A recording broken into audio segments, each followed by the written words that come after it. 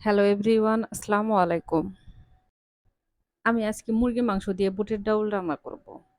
বুটের ডাল রান্না করার জন্য আমি কড়াইর মধ্যে দিয়ে দিব সয়াবিন তেল। তেলের মধ্যে দিয়ে দিব পেঁয়াজ বাটা আর দিয়ে দিব তেজপাতা, দারুচিনি, সাদা এলাচ।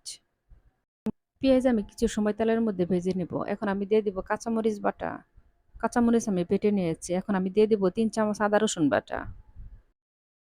আদা রসুন আমি তেলের মধ্যে কিছু সময় ভেজে নেব, যেন আদা রসুনের কোনো গন্ধ না থাকে। এখন আমি দিয়ে দিব সামান্য একটু পানি, যেন মসলা পুড়ে না যায়, তার জন্য আমি আগে একটু পানি দিব।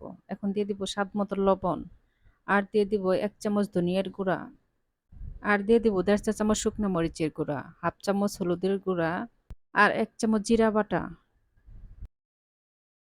এখন আমি সব মসলা একসাথে মিশিয়ে নেব।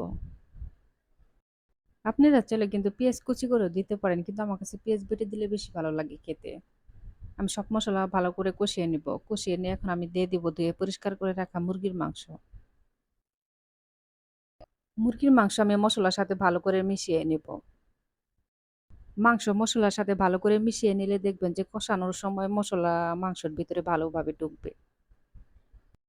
মাংস আমি ঢাকনা উঠিয়ে মাঝে মাঝে নেড়ে দিব, যেন আবার নিচে লেগে না ধরে। এখন আমি দিয়ে দিব বুটের ডাল। বুটের ডাল আমি রাতে ভিজিয়ে রেখেছিলাম, সকালে সেদ্ধ করে নিয়েছি।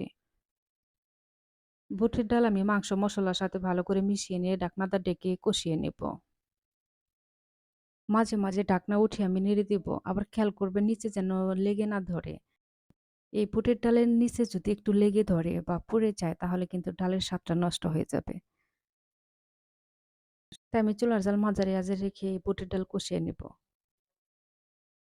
আমার ভিডিও যদি আপনাদের ভালো লাগে, তাহলে অবশ্যই আমার ভিডিওতে একটা লাইক, একটা কমেন্ট আর একটা শেয়ার দিবেন। আর আমার চ্যানেলটিতে সাবস্ক্রাইব করে চ্যানেলের পাশেই থাকবেন। বুটের ডাল কষিয়ে নেওয়া হয়ে গেছে। এখন আমি দিয়ে দিব গরম পানি। আর এখানে কিন্তু ফুটন্ত গরম পানি দিতে হবে। উপরে আমি ৪-৫ টা কাঁচামরিচ দিব আর জিরা বাটা দিব। জিরা আমি ভেজে তারপরে বেটে নিয়েছি। এখন আমি দিয়ে দেব ১ চামচ গরম মসলার গুঁড়া। এখন আমি দিয়ে দেব ২ চামচ পেঁয়াজের বেরেস্তা। দিয়ে এখন আমি ঢাকনাটা ডেকে বুটের ডাল রান্না করে নিব। বুটের ডাল রান্না আমার হয়ে গেছে। ঠান্ডা হলে আরো অনেক ঘন হয়ে যাবে। সবাই ভালো থাকবেন। আল্লাহ হাফেজ।